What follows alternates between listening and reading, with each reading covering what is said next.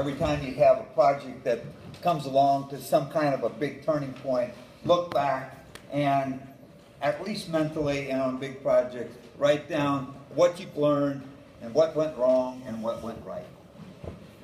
Great, some of you do. It's a very important thing to do in my opinion. What I'm going to give you this morning is some of what we've experienced. When we started out with Greenies, I'd worked 18 years for the federal government. I was a bureaucrat.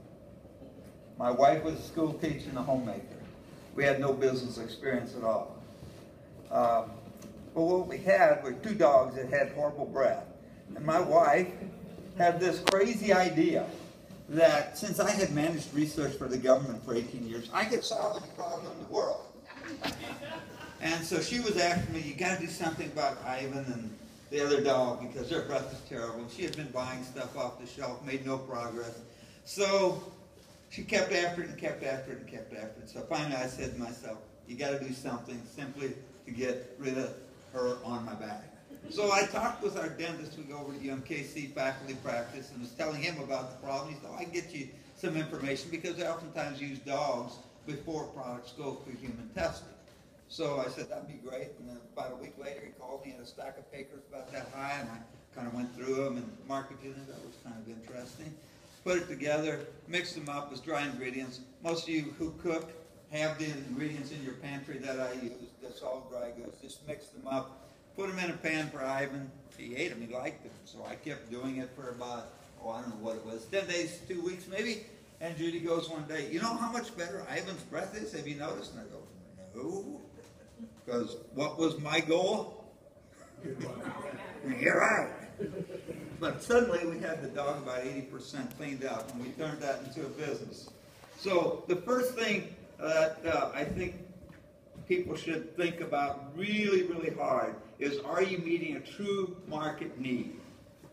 And it's not in the entrepreneur's mind whether that's being met or not. It's in the customer's mind. So you've got to find a way to really validate it, because I've talked to hundreds of entrepreneurs. I haven't found one yet that says, I don't have a good product. Okay? So everybody thinks they have a good product, but differentiating and validating that the potential buyer thinks it's a good differentiated product is really, really important. So that's number one. You better have a differentiated product in this market, or you're going to be just competing with everybody else, and that's a tough, tough road to do. Find some way where you differentiate it. With Greenies, we did some independent third-party tests very early on, and what we learned was that we were able to get 87% reduction in calculus buildup on dogs' teeth. The best other product out there were in the 40s. So we basically doubled that, took it to a new level. But you know what? Most people did not buy Greenies because they cleaned dogs' teeth. That happened to be just an accessory. The real reason they bought Greenies was dogs love the taste. In fact, we had a couple of small investors who invested solely on the fact that their poodles would dance if they said the word Greenies. I gave them data on the company and what we were planning to do. I am pretty confident that they never looked at that at all, but they wrote us a check. They said, anything that a dog likes this well, it's going to make it, and we're investing. And they did very well. So find a way that you can validate that your potential buyers really are going to do something with it. Here's something that I get people coming to me every day, and I got the same problem myself because we've got some new companies we're working with now. One of the most difficult things to do, in my opinion, in starting a business is to create awareness and enthusiasm about the product. I've had a couple people within the last 2 weeks. They've got products that I think they're really kind of good products, but I'm not convinced that consumers will really understand what they got, because you only got about 10 seconds to convince the consumer that your product is good. But you got to find a way to do that and get people excited about it. And social media is a great way to do it, in some cases at least, but you really got to find a way to create that enthusiasm, and it's generally not easy to do. Now, the other thing, we got a couple bankers sitting over here. You know, we were a great story for bankers, and I know that bankers got a lot of joy out of us when we come in trying to get loans, because as I told you, I was the bureaucrat, my wife was a school teacher, we had no money, no collateral, and we got a new product that's never been in the market before, and we know nothing about managing a company, marketing, sales, quality control, manufacturing, and we're going into bankers and saying, hey, how about giving us $250,000 to get started here? I think that there were a lot of bankers that really got a chuckle out of it after we left. And we touched almost all banks, at least at some level, between Chillicothe and Olathe, Belton, and St. Joe. The truth of the matter is, with that kind of background, we had a hard time. My wife is now known as the all-time reigning queen of rolling credit cards. We had more credits. We could get a dozen credit card applications a day. We couldn't get any bank that would finance it. And so what my wife did, she played a very, very important role. She kept a spreadsheet. When did the card come in? What was the limit? When does the introductory rate run out, which was the most important number on that sheet? And when we get to about 2 weeks before it would run out, she'd take another one, because we'd get a credit card application every day. You know, the rates were targeting 16, 17%. Their introductory rates were 2, 3%. We'd roll that baby over, and you don't even want to know how much money we had on credit cards. I do not recommend that. The second thing we did was we hired a guy, and he came in about the second day. He said, there's a conference out in California, we got to go to this. And I looked at Judy, and Judy's eyes were rolling, so that told me we don't have any ceiling on our credit cards, hardly. But we finally found enough. He sent out about 3 or 4 dozen letters. We don't know exactly how many. We went to this trade show, and I don't know how this happened, but we had people 3 and 4 deep, totally around the 10 by 10 booth for 3 days off of those 3 or 4 dozen letters. And so that kind of got us. But getting financing was really, really tough. I got a bunch of equipment loans, and every equipment company I talked to said, plastic injection molding machine, yeah, we'll do that. Mold, no go. And I said, I don't need a molding machine if I don't have a mold. Doesn't do me any good at all. And so with a whole lot of persistence, I would call these guys at least every day, sometimes a couple times a day. And I always had a little different twist to how maybe we can do it. And every one of the 17 finally, this was over an extended period of time, every one of them finally said, Joe, you are so darn persistent. I think you might be able to make this. I'll do it this time. And I said, where do I sign? And I got them to do it. I didn't get them to do it a second time, but I got 17 different companies to do it. It was totally, I wore them out with persistence. So you have to have persistence, and you have to have passion to get some of these things done.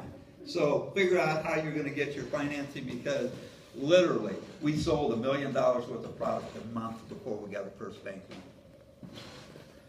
loan. We had a few small investors, you know, the friends, families, and fools types. They turned out to be pretty happy in the end. But what's your record of success that's going to get you to get a bank comfortable that they'll loan you money?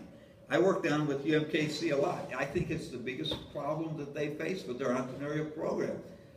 None of the people down there, basically, there may be a few exceptions, are bankable, are financeable. They don't have a record of success yet.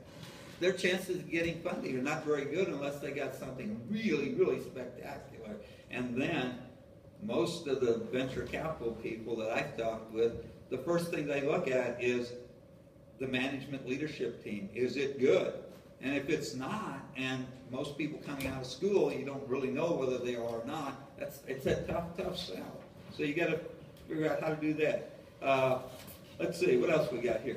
Garner yourself some mentors, get them quickly, and find some good ones who have C-level experience that can help you figure out how you're going to finance that, and instill a culture of success in your people. Basically, the way we built our company, we said, okay, we're going to treat our employees very, very well. That's going to get them excited. They'll go out and they'll get sales out of that. The sales will help get the bottom line for the investors and us, and that was the basics for how we built that. So what's your culture like? How are you going to make that culture go to success?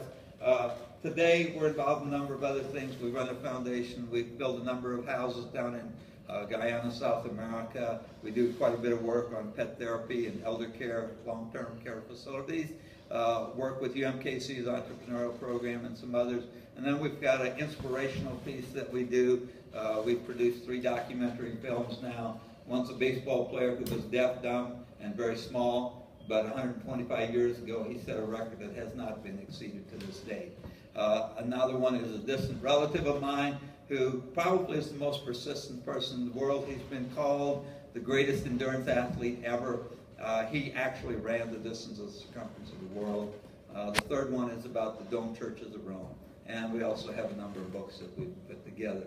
And so that's kind of our foundation in the thumbnail sketch. Rich says it's time to see what else you got, Rich? Any questions? Okay. Questions?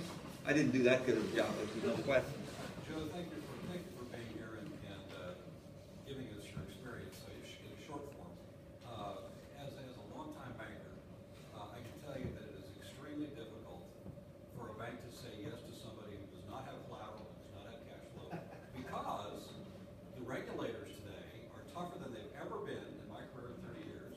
Because if we make a loan to an entrepreneur who has the profile that you had, okay, and everything is on projections, it's on the economy, we would be criticized.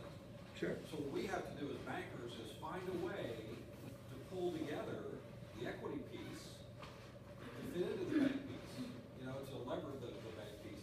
Because without the equity piece, nothing happens. Exactly. Yep. No, it was a real challenge for us because we didn't have what banks have to have to make a loan. It's no secret. I mean, it's just, we kind of, in the end, we just kind of wore the bankers out too. Sure. That's good. Other questions? Yeah, Jim. I would gather from what you're saying, you think the number one tool that an entrepreneur or a new business person needs is persistence. But what else would you say besides, you mentioned persistence so many times, you mentioned you wore them out. What other key issues would you be looking for if you were going to invest in a company? Passion. What is their passion? If their passion isn't what they're doing, pretty much forget it, because you will encounter hurdles, guaranteed. And if your passion isn't there when you encounter the hurdles, what you going to do? That white towel is going to come flying out, okay? And you're going to give up. So you got to be passionate about it, and you got to really want to do it. If you think being an entrepreneur is really easy, you better go back and check again, because the number of hurdles you get is immense. And if you haven't heard of the American Success Tax, it's one of the most difficult hurdles to deal with. If you don't know what the American Success Tax is, you better learn.